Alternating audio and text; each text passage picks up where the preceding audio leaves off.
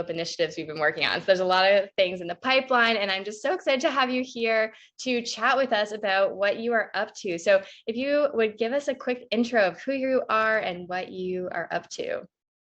Yeah, thank you, first of all, Alana, for having me. This is super exciting. I think what you're building is just very inspiring. So I'm glad to be here with you today.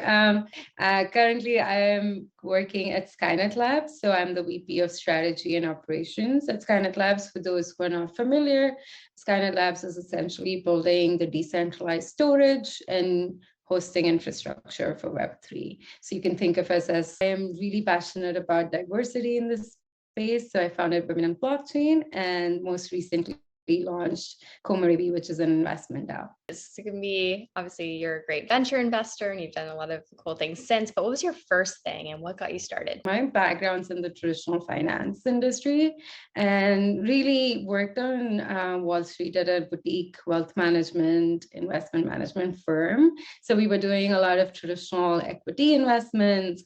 And through that, I learned a lot. But if I were to pick my first investment was just like S&P 500, right? Like now crypto specifically, if you were to ask me, my first investment was Bitcoin, because that's how I got introduced to the space. Do you remember when or who got you started in that space specifically? Yeah, it's an interesting story. So I live in the US, but I'm originally from India. And I was here when in 2016, there's something called as demonetization that happened in India. Essentially, what that means is, the Modi government declared certain denominations of currencies invalid overnight. Like one day, they were like, these currencies are not valid anymore. And that just sent a lot of shock waves that are across the Indian economy. And I was watching all of that from here. But especially marginalized people were most affected, right? Like imagine overnight you have cash in your house and that's not valid tomorrow onwards. Like that's just a big shock. And that made me, I studied economics and finance as my majors, but really started thinking about what it means, like monetary policy, who controls it, do we really own our own money? And of course, in that research process, stumbled upon alternative forms of currencies. And back then it was like Bitcoin. Through that journey, I discovered crypto, but was really fortunate to be living in Boston and got involved with the MIT Bitcoin community and just jumped in, got my hands dirty, did a few projects there, and rest is history.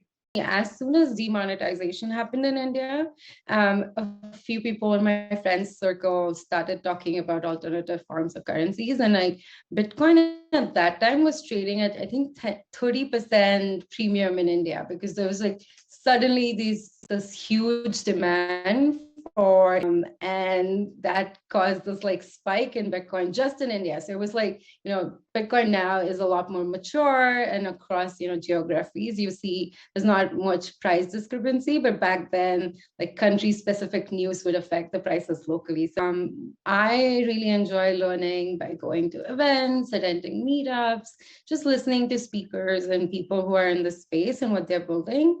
So I would go to a lot of just local Boston-based events, and I would be one of maybe two women in a room of hundreds of men.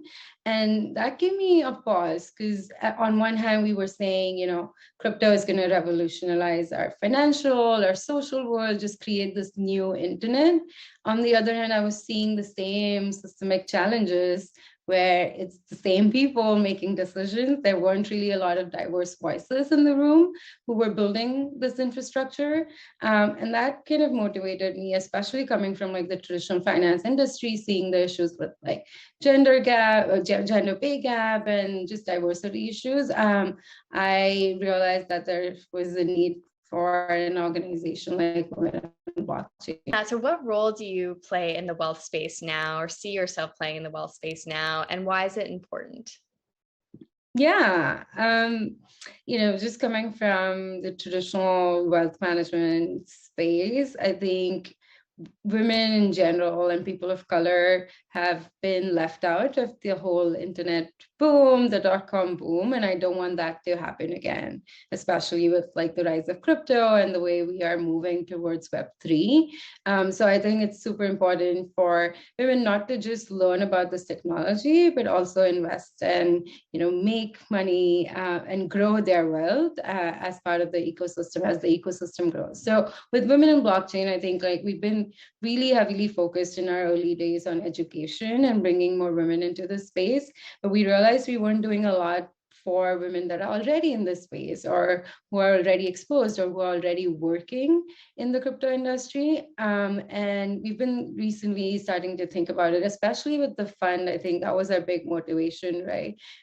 Yes, we have introduced hundreds and thousands of women to the space, but how can we continue supporting them in their journey as they become founders, executives in crypto companies? So especially, I think like Komorebi, I'm super excited because we are investing in female and non-binary founders who traditionally in the VC space, less than 3% of all funding goes to female founded companies, which is terrible. And we want to make a change. That was like a personal challenge where I found myself in many Telegram groups with just like a lot of men talking about their wealth and sharing alpha and sharing like opportunities in terms of investing in crypto. And I realized like I really wanted a group of women to come together and have a safe space to have these conversations and like not feel intimidated to ask questions around which projects should I invest in, or what should I be thinking about when I'm thinking about my wealth in the crypto space? And I tweeted this out and it just blew up into a really passionate community of more than 300 women.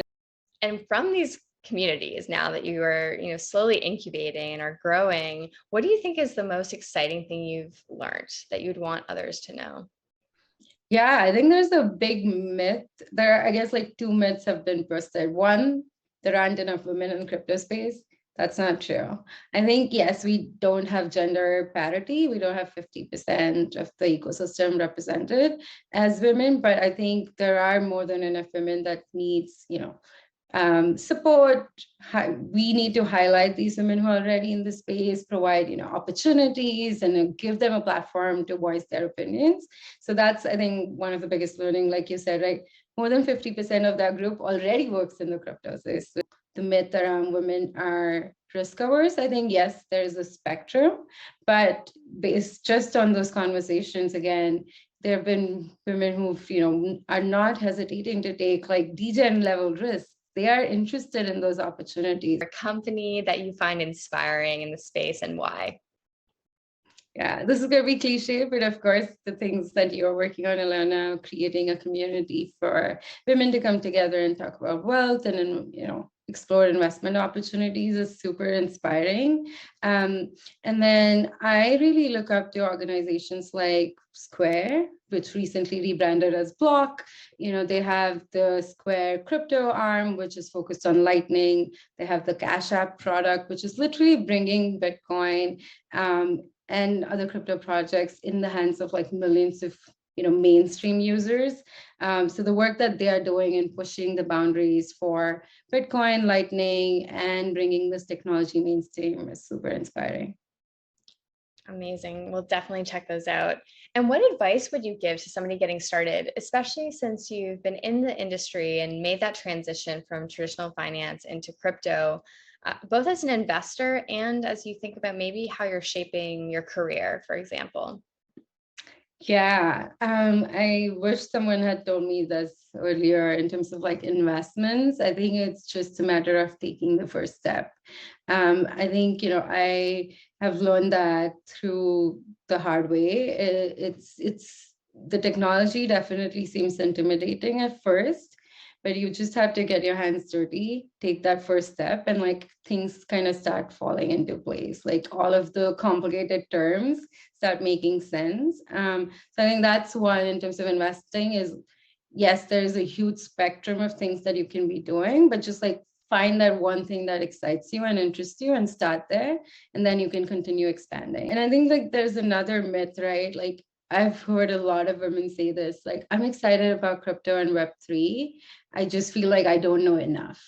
And no one knows enough. Like, even, us, like, I would be honest and say that I don't know everything that's happening in the crypto space, and that's totally fine. Just like I said, taking that first step. So for me, what it would have looked like, and I think I did some of this, is finding that local community, right? Like for me, it was the MIT Bitcoin Club or the Boston blockchain ecosystem, but I'm pretty sure like across different parts of the world, either those local or online community exists where you can tap into them and, just have a support network of people who would be willing to help you in that journey. That's one myth. And the other one is it's only for technical folks. And I think that's not true at all. Crypto is, needs all kinds of expertise and backgrounds, especially with the rise of NFTs and DAOs. I think it's, literally people from like creators to technicals to finance to, you name it, like legal. We need all kinds of experts in the space. I love that so much. You never forget that first person who pressed the button with you, like who had the patience to help you trust yourself and, go through all the things that can seem so overwhelming when you're doing it the first time. And having those communities, even far into your experience in the industry, is so important. We're constantly learning, and that's what's so cool about the space. Anything else we should know? How can we follow all of the great things you're doing and building, the projects you're working on? Yeah, I'm super active on Twitter, as is most of the crypto community. So that's another recommendation I have. I know Twitter can be like yet another social media platform that you have to keep up with, but I think a lot of interesting conversations do happen there, and that's where the community hangs out. So yeah, I'm active on Twitter. I'm at Manasi Vora. That's my handle. Again, feel free to reach out if there are any questions, if I can help with anything from my experience, my journey, my current role at Skynet Labs, or even Komorebi. More than happy to chat.